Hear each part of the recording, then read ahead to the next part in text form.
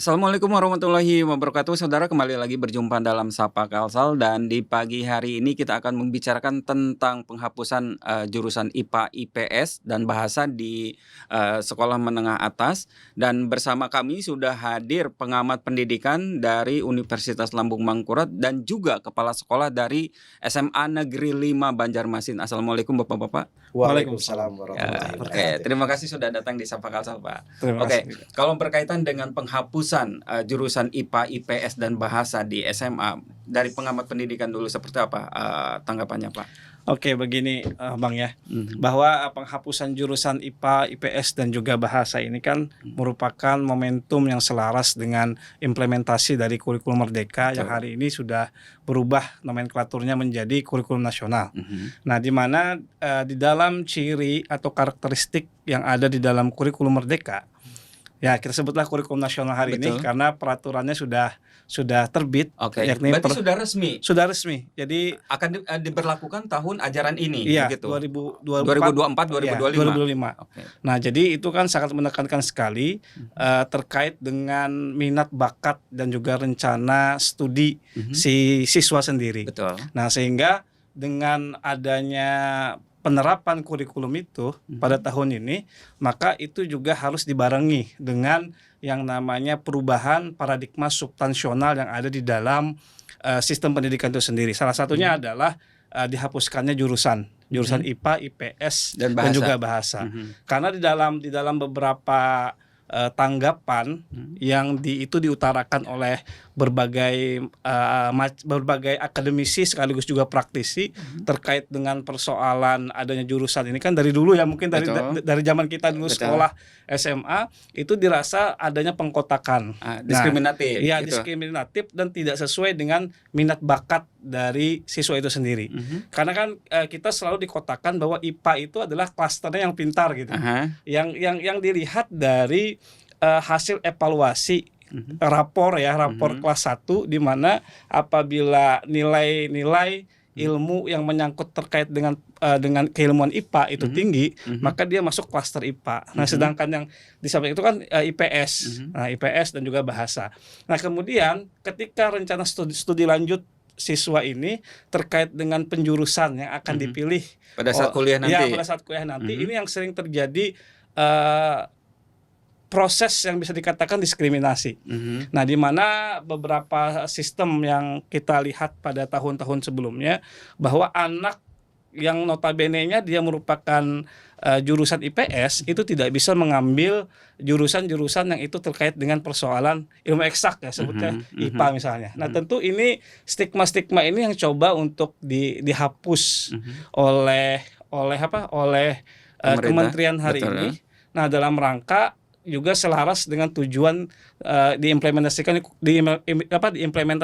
kurikulum Merdeka. Oke, kalau tuh misalkan terjadinya diskriminatif, kalau misalkan pemahamannya seperti itu, kenapa IPA saja yang harusnya menjadi pengkotakan? Kalau untuk IPA itu ya IPA saja gitu, nggak ada ngambil jurusan IPS gitu, sosial dan sebagainya. Karena kan yang sejauh ini terjadi ketika dia punya jurusan IPA, dia bisa ngambil dong dari sosialnya, dia bisa, tekniknya juga bisa, eksaknya juga bisa. Kalau tuh misalkan itu dasarnya sudah, kalau untuk IPA ya IPA, IPS ya IPS, bahasa ya bahasa gitu. Jadi konsisten dengan apa yang sudah terjadi di dalam jurusan itu. Nah, ya itu kan ketika kita berbicara terkait dengan regulasi ya, landasan yang mengatur terkait dengan sistem itu kan sudah ada sejak dahulu, Bang. Nah, tentu ini menjadi sebuah, karena landasannya memang mengatur seperti itu. Jadi mau tidak mau fenomena realitas yang ada di sekolah juga harus seperti itu. Nah, makanya hari ini dengan munculnya kurikulum Merdeka, dengan munculnya Permendikbud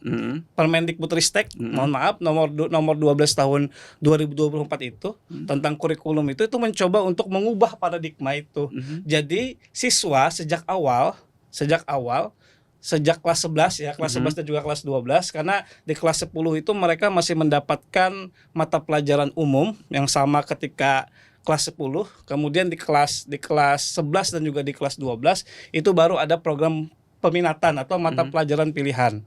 Nah, jadi ada mata pelajaran umum juga diajarkan, kemudian ada mata pelajaran pilihan yang itu sesuai dengan bakat minatnya. Nah, yang jadi persoalan juga begini. Kalau kita melihat asesmennya apa gitu. Asesmen ketika menentukan si anak ini nanti fokusnya ke IPA. Si anak ini nanti fokusnya ke IPS. Itu yang menjadi persoalan. Kalau dulu kan jelas nilai asesmennya adalah nilai rapot tuh. Nilai rapot. Nah, kalau hari ini kalau saya dengar dari koordinator bidang kurikulum Pak Anindito itu mengatakan bahwa nanti akan tes bakat minat. Nah, entah itu ketika dia naik kelas 10 atau sebelumnya. Ini kan yang masih menjadi pertanyaan tuh, tes bakat minat yang menentukan nanti siswa ini ketika dia masuk kelas 11 itu apakah IPA dan juga apakah ilmu yang terkait dengan persoalan studi lanjutannya. Rencana studi lanjutnya. Ini juga yang menjadi persoalan. Kemudian lagi, apakah yang ditakutkan ya sebagai pengamat itu, apakah ini hanya berganti nomenklatur gitu? Kan sama saja nanti terjadi pengelompokan. Pengelompokan yang rencana studi lanjutnya mau ke teknik, mau ke kedokteran, dengan ke ilmu hukum, ilmu sosial lah sebutnya seperti itu. Apakah mungkin nanti tidak ada bedanya begitu? Nah, ini yang menjadi ketakutan. Nah, maka dari itu perlu yang namanya sekolah juga merancang ya bagaimana agar tidak ada penumpukan di dalam salah satu bidang keilmuan tadi. Kan takutnya seperti itu karena hari ini asesmennya itu masih belum jelas, Bang. Asesmen si anak itu ketika naik kelas itu bakatnya di mana? Apakah melihat nilai rapot atau nilai apa? Mungkin kita nanya ke kepala sekolah. Kebetulan ini menjadi sekolah penggerak ya, Pak ya. Di tahun 2021. Oke. Itu seperti apa pelaksanaannya? Jadi sedikit saya sampaikan bahwa sejak tahun 2021 kami ditunjuk menjadi pelaksana pertama kurikulum, namanya dulu kurikulum penggerak. Karena belum ada nama. Jadi hampir semua kurikulum itu semua draft. Dan kami selalu bicarakan tiap minggu itu lewat online dengan webinar dan sebagainya. Beberapa masukan sambil kami jalan, sambil kita beri masukan. Nah, setelah 2021 kemudian tahun berikutnya itu berubah, namanya diberi nama kurikulum merdeka. Dan itu sudah diuji coba beberapa sekolah apa secara saja elemen yang terkandung di dalam kurikulum merdeka itu, Pak? Yang salah satunya tadi, salah satunya adalah tidak ada lagi mengenal penjurusan pada nanti naik kelas 11. Yang kedua, dasarnya itu. Salah satu yang salah satu. Kemudian yang kedua, pembelajaran karakter itu dimasukkan dalam pembelajaran tidak lagi terpisah. Dan ada fokus tersendiri. Ya, pembelajaran kokurikuler itu namanya proyek penguatan profil pelajar Pancasila. Jadi ada arahnya ke sana bahwa tujuannya itu mewujudkan profil pelajar Pancasila. Itu yang paling terlihat untuk perbedaan dasarnya. Kemudian perbedaan yang lain dari kurikulum sebelumnya bahwa guru diberikan kemerdekaan untuk merancang pembelajaran itu lebih leluasa dibandingkan sebelumnya. Kalau sebelumnya guru itu diplot dalam satu semester, ini loh ditanamkan ke ada silabusnya. Iya. Ini loh yang harus ditanamkan dalam satu semester. Nah, di kurikulum merdeka ini diberikan rata-rata 2 tahun untuk menanamkan pembelajaran itu. Misalnya istilahnya capaian pembelajaran. Ya, malah untuk di SMP itu 3 tahun. 3 tahun. Kalau di SMA berapa? SMA kalau kelas 10 1 tahun, untuk di 11 12 jadi sekarang itu ada fase. Namanya tingkatnya ada fase. Fase A, B, C, D, E, F. Fase yang paling tinggi adalah F. Fase E itu dicapai dalam 1 tahun, fase F dicapai dalam 2 tahun. Jadi yang dikejar oleh guru ini adalah mencapai capaian pembelajaran di setiap fase.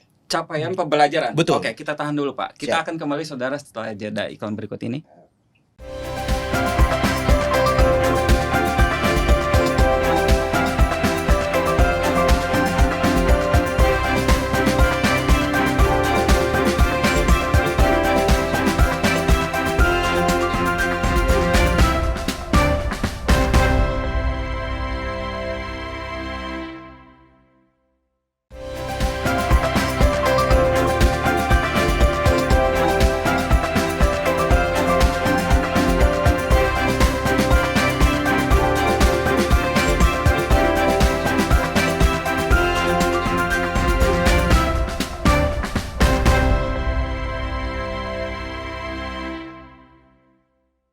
Baik saudara, kembali lagi dalam Sapa Kasal dan kita kembali lagi melanjutkan perbincangan di pagi hari ini. Kalau tadi menyambung Pak, capaian pembelajaran seperti apa yang menjadi targetan sekolah? Jadi dari Kemendikbud itu ada capaian pembelajaran yang dicapai setiap fase.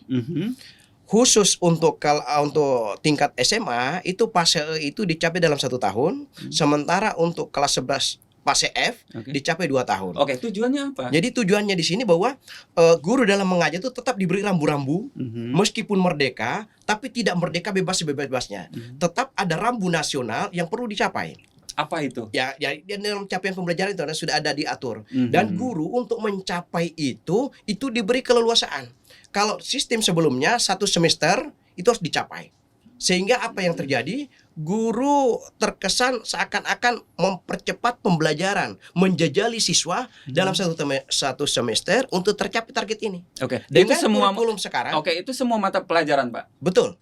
Dengan kurikulum sekarang ini, guru diberi keleluasaan untuk menentukan mencapai capaian itu paling cepat 1 tahun, paling lama 3 tahun.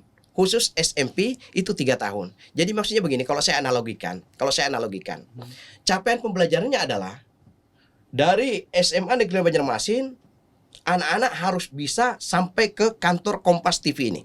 Itu capaiannya. Nah, agar anak itu bisa menuju ke Kompas ini, guru diberi keleluasaan 1 tahun. Bagaimana dirancang? Jadi ada guru yang merancang mulai dari tahu dulu petanya di mana Kompas TV itu. Lalu setelah itu, ini loh transportasi yang dipakai. Terserah. Yang jelas, begitu 1 tahun, maka anak semuanya itu sampai di Kompas TV sini. Oke, itu mata pelajaran eksak. Semuanya. Oke. Ada capaian pembelajarannya. Nah, itu perbedaan mendasar dengan kurikulum sebelumnya. Oke. Kemudian tadi kalau tuh misalkan dari sekolah penggerak ya Pak, Betul. kemarin itu seperti itu. Kemudian berarti sudah mulai berlanjut dari 2021, 2022 dan 2023 Betul. seperti itu. Ada perbedaan nggak? Perbedaan output dari siswanya itu dia terserap ke perguruan tinggi atau bagaimana? Kalau secara kasat mata saja, bahwa anak yang kita didik ini lebih agresif, lebih berani dia berbicara dan lebih kreatif. Kenapa itu? Karena memang dalam pembelajaran kurikulum Merdeka ada satu pembelajaran yang namanya proyek penguatan profil pelajar Pancasila. Dan itu ada jam khusus. Kalau sebelumnya kurikulum namanya pembinaan karakter, tapi itu di ekstra. Ini khusus masuk dalam jam pembelajaran yang awalnya itu dari sekian jumlah jam pembelajaran itu 30%, sekarang antara 20 sampai 25%. Jadi itu wajib ditanamkan dan ada tema-temanya, ada 6 dimensi yang harus ditanamkan kepada peserta didik. Dimensi beriman, bertakwa pada Tuhan Yang Maha Esa, berakhlak mulia, bernalar kritis, mandiri, berkebinekaan global dan gotong royong. Kalau begitu itu mungkin sesuai dengan dasar pendidikan, landasan pendidikan. Betul. bahwa setiap anak didik juga kan seperti itu. Terus bagaimana dengan minat dan bakatnya untuk diarahkan itu bagaimana? Jadi disinilah bermain di sini. Jadi dalam pembelajaran pertama yang belum penjurusan, di kelas 10 itu kan anak diajari ada semacam semuanya lah sama seperti dulu diajari, tapi ada khusus pembelajaran P5 tadi. Di sana dilihat ada mulut tertentu untuk dicapai, diarahkan dimensi apa yang dicapai. Lalu BP di sini guru bimbingan konseling itu sangat berperan. Itu juga masuk memantau sambil dilihat apa potensi anak ini, ya. Memang asesmen baku belum, tapi kita lihat kan asesmen apapun tidak ada yang sempurna. Tidak ada yang sempurna. Tapi guru-guru sudah mengarahkan ini anaknya memahami pembelajaran itu karena lebih leluasa. Jadi kita libatkan juga orang tua pada saat naik kelas 11. Di sini kita libatkan orang tua, kita libatkan anak, silahkan memilih mata pelajaran yang mana yang mau untuk diperdalam di kelas 11. Nah, kita ada tawarkan. Berarti kalau misalkan dimulai dari 2021 sudah ada outputnya dong? Sudah ada. Berapa persen capaian untuk masuk ke perguruan tinggi? Kami dari Negerinya? 300 ada 100 yang lulus perguruan tinggi tahun ini. Oh, jadi lumayan. Masuk perguruan tinggi negeri begitu. Negeri. Dan itu sesuai dengan minat bakat yang mereka jalankan waktu itu. Iya. Itu waktu pas dia di kelas 11 dan 12 seperti itu. Berarti kan ada pengurangan mata pelajaran, Pak.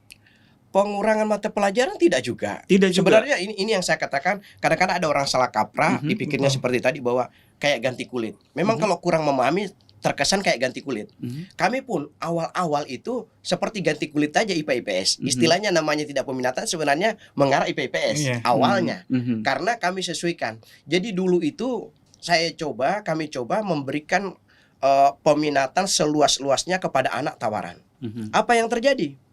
Anak memilih mata pelajaran yang notabene bukan untuk kepentingannya, tapi melihat gurunya itu lebih santai mengajar, lebih nyaman. Bukan untuk kepentingannya. Akhirnya kadang-kadang mata pelajaran yang lebih mudah, istilahnya itu menumpuk di sana.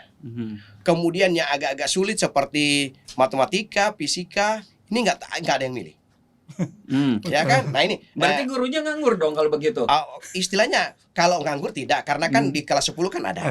Oh iya. Di kelas 10 kan ada. Iya. Nah, lalu Tapi kan kalau tuh misalkan itu kan syaratnya ketika misalkan guru itu kan ada sertifikasi. betul. Betul. Itu salah satu syaratnya itu dan 24 24 jam pelajaran Betul. seperti itu terpenuhi nggak? Terpenuhi. Karena bukan hanya di sana mengajarkan, ada juga proyek P5 tadi. Oke. Ada macam-macam konversi untuk bisa mencapai jam itu. Jadi tidak merugikan guru dengan pemberlakuan kurikulum ini. Tidak merugikan. Kami sudah membuktikan itu. Karena selalu ada konversinya. Nah, seperti tadi, kekurangan jam ini bisa menjadi fasilitator P5, dihargai 2 jam. Kemudian menjadi apa istilahnya, menjadi wali kelas kan dihargai dan sebagainya. Oke, ke Pak Mas Reza lagi. Mas Reza, kalau tuh misalkan itu sudah dilakukan dan kemudian itu juga sudah terjadi nih di sekolah-sekolah seperti itu, berarti kan ada peluang untuk perbaikan seperti itu untuk menggunakan kurikulum nasional ini. Memang kan tujuannya kurikulum itu diperbaiki, direvisi kan dalam rangka untuk penyempurnaan kurikulum sebelumnya. Jadi bukan ganti pemerintah, ganti kurikulum itu dalam rangka untuk tidak memakai produk yang lama atau kemudian baru, tidak seperti itu. Jadi ada orientasi dari tujuan pembelajaran atau tujuan pendidikan yang tidak tercapai pada kurikulum sebelumnya, kemudian coba untuk dibenahi dalam kurikulum yang baru. Nah, termasuk dengan kehadiran kurikulum Merdeka ini, kalau kita memahami kurikulum Merdeka secara komprehensif itu sangat luar biasa sebetulnya, di mana siswa, guru juga diberikan diberikan kemandirian, kemudian dia juga. Tapi terjadinya kompetensi di sini untuk guru-gurunya. Apakah itu SDM-nya juga mumpuni atau memenuhi syarat ketika itu terjadi? Karena begini, yang namanya guru itu kan merupakan sumber daya manusia ya, yang itu menjadi faktor juga, faktor kemajuan atau faktor baik tidaknya sebuah sistem pembelajaran atau kurikulum. Saya rasa untuk hari ini guru-guru penggerak juga sudah ditetapkan dalam rangka guru penggerak ini kan sebagai motor dari pelaksanaan implementasi dari kurikulum Merdeka ini. Nah, tapi begini ya, yang namanya kurikulum. Kita tahan dulu tapi begininya Pak. Okay. Kita akan kembali saudara setelah jeda iklan berikut ini.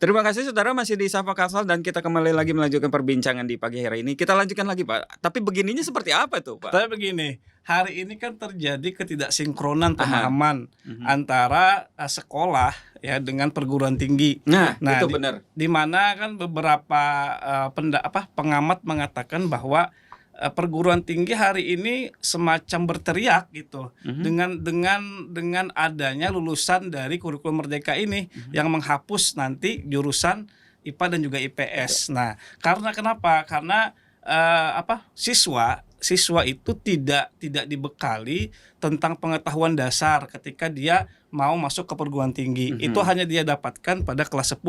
Itu yang menjadi persoalan. Misalnya nih anak IPS misalnya, anak IPS yang mengambil jurusan ilmu sosial kan berkeinginan nih untuk masuk ke jurusan yang dia bukan ilmu sosial ya misalnya. Nah, dan ketika masuk seleksi dan masuk misalnya ya.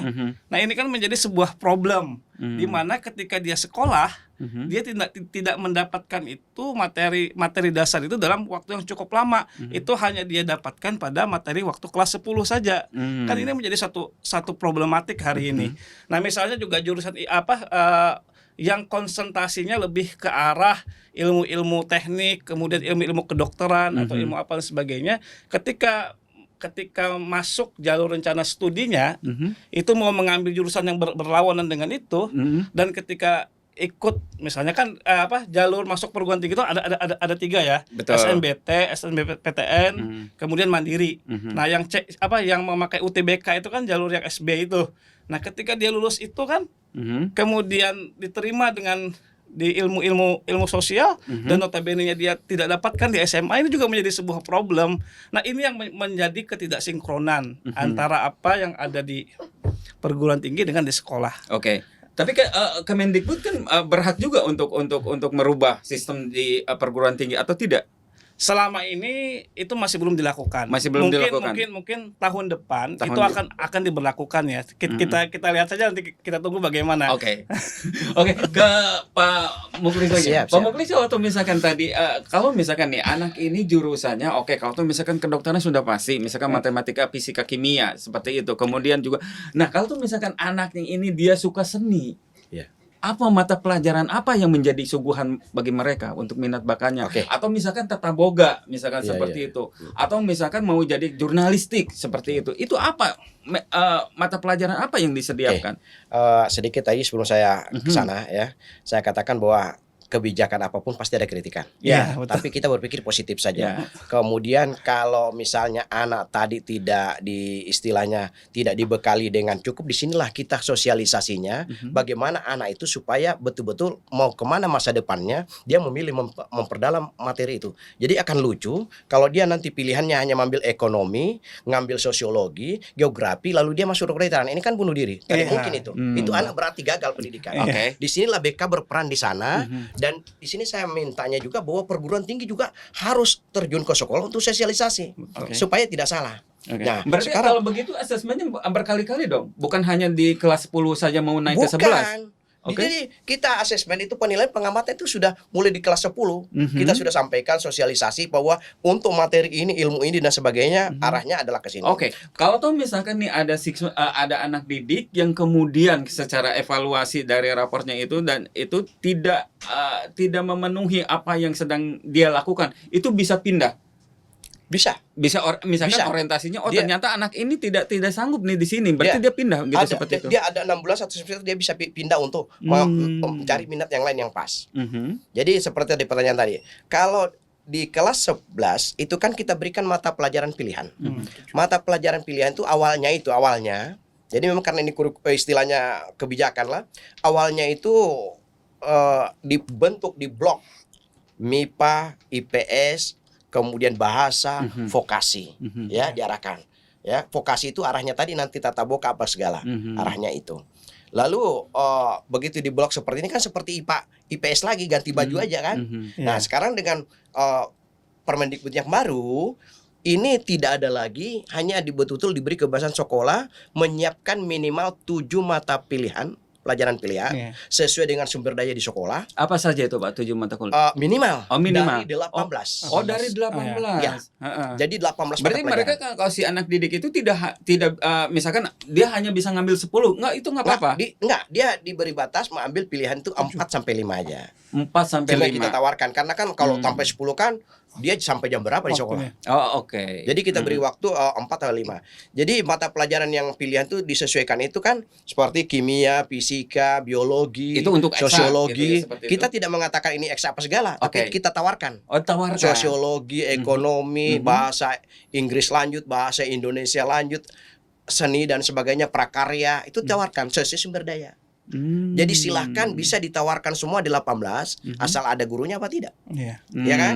Nah, pada posisi ini kami hanya menawarkan 7 mata pelajaran dan anak memilih 4 atau 5.